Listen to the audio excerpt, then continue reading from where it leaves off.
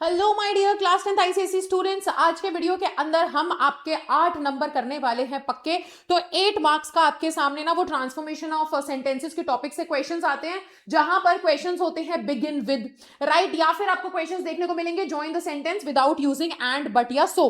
तो अब इन सभी कॉन्सेप्ट्स, इन सभी क्वेश्चंस के पीछे कौन से कॉन्सेप्ट्स लगते हैं वो मैं आपको क्विकली 10 मिनट के अंदर रिवाइज करवाने वाली हूं। तो हम क्विकली कॉन्सेप्ट्स सारे रिवाइज कर लेंगे और साथ ही साथ मैं आपको कुछ शॉर्ट ट्रिक्स भी बता दूंगी, जिससे ना तुम एकदम एग्जाम में क्वेश्चन को देखो तो देखते दिमाग में आंसर आ जाए। सो इस वीडियो को जरूर ध्यान से देख के जाना, ज्यादा लंबा नहीं होगा, 10 मिनट का वीडियो होगा।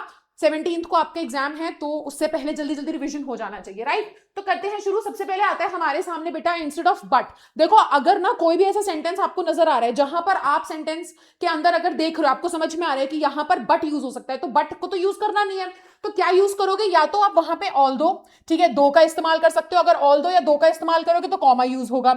या आप नेवरदलेस का इस्तेमाल कर सकते हो, इन स्पाइट ऑफ या डिस्पाइट का इस्तेमाल कर सकते हो, यहां पर भी कॉमा यूज होता है, ठीक है। या आप येट का इस्तेमाल कर सकते हो, लेकिन यहां पर कॉमा यूज नहीं होता है बेटा। एक और चीज ध्यान रखना, जब हम बात करते हैं इन स्पाइट ऑफ या डिस्पाइट की, तो इन स्पाइट ऑफ या फिर, ठीक है, इन स्पाइट ऑफ या फिर डिस्पाइट के बाद हमेशा हम लोग क्या करते हैं, या तो एक नाउन यूज करते हैं या फिर बेटा एक जेरेंड यूज करेंगे, जैसे कि बीइंग वगैरह आपने कई बार देखा है, प्रैक्टिस के टाइम पे यूज होता है। तो रीजन ये है, ठीक है।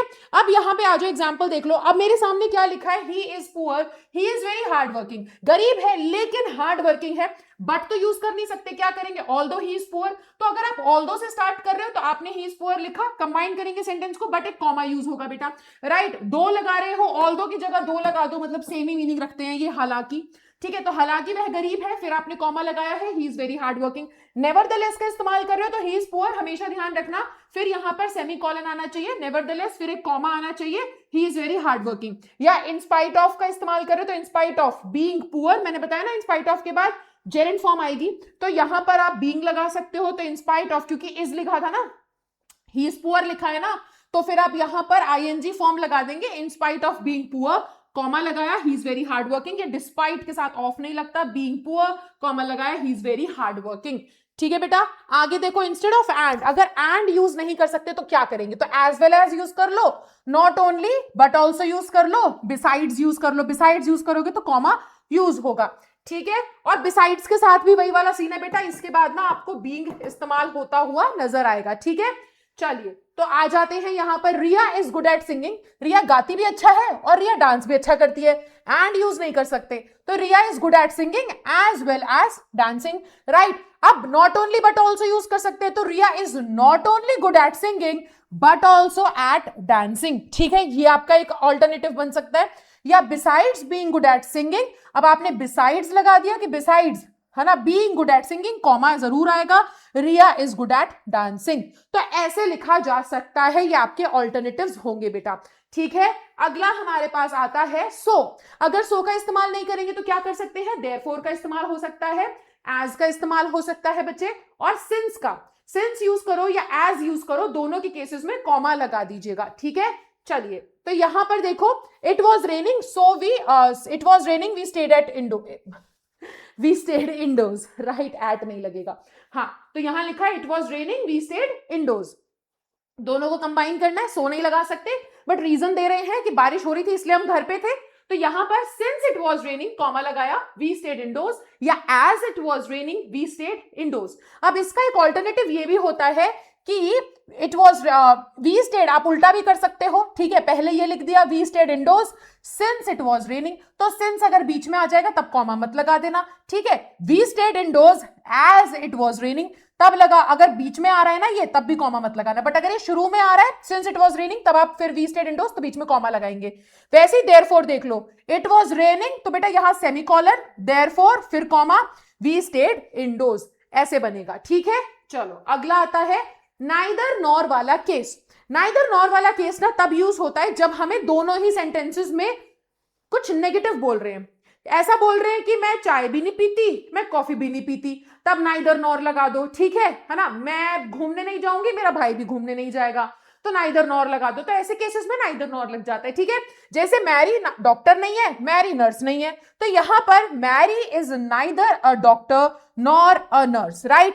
और यहाँ पे नाइदर इज, दोनों ही ठीक है बेटा, आप दोनों तरीके से लिख सकते हो। बट मैंने पता है यहाँ दोनों क्यों लिखा है, क्योंकि एग्जाम में ना कई बार लिखा आ जाता है कि बिगिन विद, तो अगर ऐसा लिखा आ गया कि नाइदर से शुरू करना है तो आप क्या करोगे, नाइदर, अब नाइदर यूज करोगे तो उसके बाद ना एक हेल्पिंग वर्ब लगा देना, neither is marry a doctor, क्योंकि नाइदर अगर स्टार्टिंग में आता है ना तो इन्वर्जन होता है। इन्वर्जन मतलब कि नॉर्मल सेंटेंस होता है ना बेटा, सब्जेक्ट वर्ब ऑब्जेक्ट, तो होता क्या है जब नाइदर शुरू में आ जाएगा तो फिर वर्ब पहले लगती है। तो यहां पे मैरी जो इज लिखा हुआ है ना, ये इज पहले लग जाएगा, तो neither is marry a doctor, ठीक है, नॉर लगा के अ नर्स, ऐसे लिखना। वरना अगर नहीं बोल रहे हैं बिगिन विद, अपनी मर्जी से नाइदर नॉर लगा सकते हैं, तो ऐसे लगा दो कि भाई मैरी इज, जो नहीं है वो ना तो डॉक्टर है ना तो नर्स है, तो मैरी लिख दिया, मैरी नहीं है, मैरी है ना ही डॉक्टर ना ही nurse, Mary is neither a doctor nor a nurse, ऐसे लिख देंगे, ठीक है। चलो वैसा ही सेम केस बेटा आइदर और का होता है, जब आपको सेंटेंस में विल या मे देखने को मिले कि मैं ये करूंगा, मैं ये करूंगा, ठीक है, या तो ऐसा होगा, it may happen, it may happen, ऐसा कुछ दिया जाए तो क्या करेंगे, शी में कॉल यू, शी में विजिट यू, वो कॉल कर सकती है, वो मिलने आ सकती है, तो आइदर शी में कॉल यू और विजिट यू। दूसरा ऐसे भी लिख सकते हैं, शी में आइदर कॉल यू और विजिट यू, अगर आइदर से शुरू करना है तो ऐसे शुरू कर दो, ठीक है, वरना आप शी में पहले लगा दो और फिर लिख दो कि या तो कॉल या तो विजिट, ठीक है, तो ऐसे हो जाएगा एक तो। फिर नेक्स्ट आता है कंडीशनल सेंटेंसेस, अगर कंडीशन समझ में आ रही है, पढ़ोगे नहीं फेल हो जाओगे, ठीक है, तो यहां एक कंडीशन है, तो इफ या अनलेस की मदद से आप इनको ज्वाइन कर सकते हैं। कैसे, study hard you will fail, मेहनत करो फेल हो जाओगे, तो if you do not study hard, ये कंडीशन है, तो हम बोल रहे हैं अगर ऐसा नहीं होगा तो इफ के साथ नेगेटिव कर देना, if you do not study hard तो रिजल्ट होगा यू विल फेल, और यहां कॉमा आएगा बेटा इफ के साथ, अनलेस के साथ भी कॉमा आता है, लेकिन अनलेस के साथ यहां पर नेगेटिव, देखो इफ के साथ हमने यहां इस वाली स्टेटमेंट को नेगेटिव बनाया, क्योंकि हम बोल रहे हैं कि अगर ये शर्त पूरी नहीं हुई तो ये रिजल्ट निकलेगा, तो इफ के साथ आपने इसको नॉट के साथ बना, मतलब इफ यूज करा है तो इसको आपने क्या करा, नेगेटिव कर दिया कि अगर ये नहीं हुआ ना, पढ़े नहीं तो फेल होगे।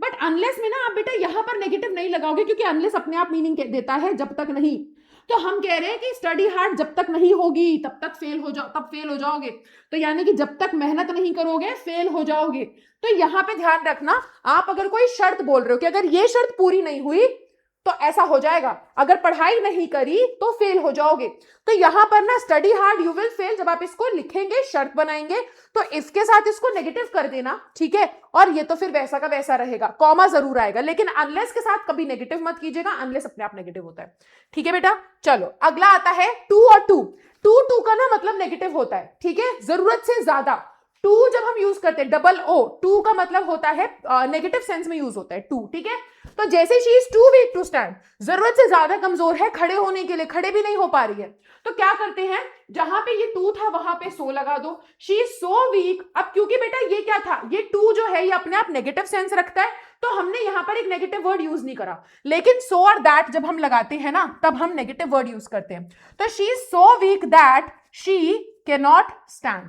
अब ये मैंने कैन नॉट क्यों लगाया, कुड भी लगा सकती थी बेटा, सिंपल देखो यहाँ पे प्रेजेंट टेंस में है सेंटेंस, तो प्रेजेंट टेंस में ही रखेंगे, ठीक है, इसीलिए, ओके। चलो अगला, ये लास्ट है, नो सूनर के साथ हमेशा दैन लगता है, हार्डली या स्कार्सली के साथ वेन लगता है, ये आपको याद रखना है, नो सूनर दैन, हार्डली या स्कार्सली वेन, ठीक है। तो अगर यहां पर देखो नो सूनर के साथ और हार्डली इन दोनों का ना सेम ही होता है, अगर नो सूनर के साथ सेंटेंस स्टार्ट हो रहा है तो उसके बाद सबसे पहले हेल्पिंग वर्ब आती है, ये हमेशा हमें ध्यान रखना है, ठीक है, कि सबसे पहले हेल्पिंग वर्ब आएगी, बाकी सेंटेंस वैसे रहेगा। जैसे सेंटेंस में क्या दिया है, एज सून एज, जैसे ही उसे उसका भाई मिलता है वो उसको इन्फॉर्म कर देगा, तो यहां पर अगर देखा जाए बेटा, इधर अगर आप ध्यान देंगे तो यहां क्या बोल रहे हैं, he finds his, अब यहां हेल्पिंग वर्ब क्या हो सकती है, क्योंकि ये सिंपल प्रेजेंट टेंस है तो यहां पे वर्ब की फर्स्ट फॉर्म लगी है, राइट, पर सिंपल प्रेजेंट टेंस में जो हेल्पिंग वर्ब होती है वो डू या डज होती है, तो फिर हम यहां पर ही के हिसाब से डज लगा देंगे, क्योंकि ही तो हमारा सिंगुलर है। तो नो सूनर के बाद मैंने क्या बोला था, हेल्पिंग वर्ब आती है, तो यहां पे हेल्पिंग वर्ब डू या डज में से होनी चाहिए और डज होनी चाहिए, तो नो सूनर डज लगाया, मैंने बस बोला ना बेटा आप सेंटेंस वही का वही लिखोगे, बस शब्दों के हिसाब से इधर उधर वर्ड्स को रखना है, तो एज सून एज की जगह नो सूनर आया है, ऐसा ही रहेगा, देखो ही शैल इन्फॉर्म है, ठीक है, ही फाइंड्स हिज ब्रदर, बस इसको थोड़ा सा उल्टा कर देना है, शब्दों को आगे पीछे करना है, क्योंकि नो सूनर अपने बाद सबसे पहले हेल्पिंग वर्ब लेता है, तो इसमें से हेल्पिंग वर्ब निकाल के डज लगाया, और क्योंकि डज आ चुका है तो फाइंड्स लिखने की जरूरत नहीं है, he find his brother. Simple. Hardly के साथ भी क्या होगा, हार्डली लगेगा, तो हार्डली भी अपने बाद बेटा हेल्पिंग वर्ब लेता है, तो देखो सेम ही है, बस हार्डली के साथ वेन लगता है, देखो सेम ही है, ठीक है। तो ये है जो आपको ना रिवाइज करने पड़ेंगे। Got it everybody? So this was the video. ज्यादा लंबा मैंने नहीं रखा है क्योंकि मुझे पता है यार पूरे साल तुमने पढ़ा ही है, कंफ्यूजन होता है लास्ट के टाइम पे, डर बहुत लगता है लास्ट के टाइम पे, तो थोड़ी बहुत चीजें जो है ना वो क्या होती है कि वो दिमाग में से परेशान करने लग जाती है, तो इसलिए मैंने छोटा वीडियो रखा ताकि जल्दी रिवाइज कर लो। एंड ऑल्सो बेटा आपको एक चीज और इन्फॉर्म करनी है कि चैनल के ऊपर कल से यानी कि 14 फेब से हम लोग स्टार्ट कर रहे हैं हमारे मैराथन्स, तो बिल्कुल आना मत भूलना। मैं आप लोग का जैसे क्वेश्चन पेपर होता है ना बेटा, राइट, जैसे आपका क्वेश्चन पेपर होता है ना आईसीएससी का, उस क्वेश्चन पेपर के पैटर्न में ही आपके मैराथन्स ले रही हूं। सबसे पहले हम क्या कर रहे हैं, हम रीडिंग कॉम्प्रिहेंशन से स्टार्ट करेंगे, देन हम लोग 14 को रीडिंग कॉम्प्रिहेंशन करेंगे, दोपहर में 1 बजे से क्लासेस स्टार्ट होगी, तो हम 1 PM से स्टार्ट करेंगे, although it is written 3 PM, मैं इसे ठीक कर दूंगी, 1 PM से हम इसको स्टार्ट करेंगे क्लास को। तो सुबह हम अच्छे से ना रीडिंग कॉम्प्रिहेंशन प्रैक्टिस कर लेंगे, समझ लेंगे, मैं लाइव क्लास में प्रेसी वगैरह लिख के बताऊंगी आपको, और फिर एंड में, ठीक है, सबसे आखिर में जाकर के दिन के एंड में मैं आपको लास्ट में, दिन के लास्ट में एक छोटी सी क्लास ले लूंगी जिसके अंदर मैं ग्रामर भी प्रैक्टिस करवा दूंगी, तो रीडिंग के साथ ग्रामर हो जाएगा। फिर 15 फरवरी को हम राइटिंग सेक्शन प्रैक्टिस करेंगे, जहां पर दोबारा 1 बजे से हम शुरू करेंगे पूरा राइटिंग सेक्शन, कॉम्पोजिशन वगैरह, लेटर, ऐसे सब, नोटिस वगैरह सब मैं आपको लिख के दिखाऊंगी, हम साथ में लाइव प्रैक्टिस करेंगे। तो 1 बजे से हम लोग प्रैक्टिस करेंगे, रात में फिर हम लोग ग्रामर कर लेंगे, तो कॉम्बिनेशन में चलेगा, ग्रामर डेली प्रैक्टिस होगी, ठीक है। रात को कितने बजे, रात को 9 बजे की क्लास में ग्रामर डेली प्रैक्टिस होगी, लेकिन साथ ही साथ 1 बजे, ठीक है, आपका बाकी हम प्रैक्टिस करेंगे। फिर जिस दिन 16 फरवरी है उस दिन हम दोबारा शाम को नहीं, सॉरी, दोपहर में दोपहर में 1 बजे से कंप्लीट ग्रामर, ठीक है, पूरी ही ग्रामर कर लेंगे, जितना भी बचा है सब कुछ, राइट, और सारे कॉन्सेप्ट, सारे क्वेश्चंस ऑन 17 फरवरी को सुबह 4 बजे आपकी क्लास होने वाली है, तो आना मत भूलना। ये आपका पूरा प्लानर है, मैं चाहूंगी कि गाइस जाकर के जल्दी से अभी आप लोग लगा लीजिए इसका reminder, turn on the reminder, ठीक है, नोटिफिकेशन, रिमाइंडर सब सेट कर लो ताकि आप लोग आना ना भूलो, मुझे इंतजार रहेगा तहे दिल से तुम सभी का। Got it? चलिए, तो मैं आपसे मिलती हूँ, bye bye guys, take care and all the best everybody.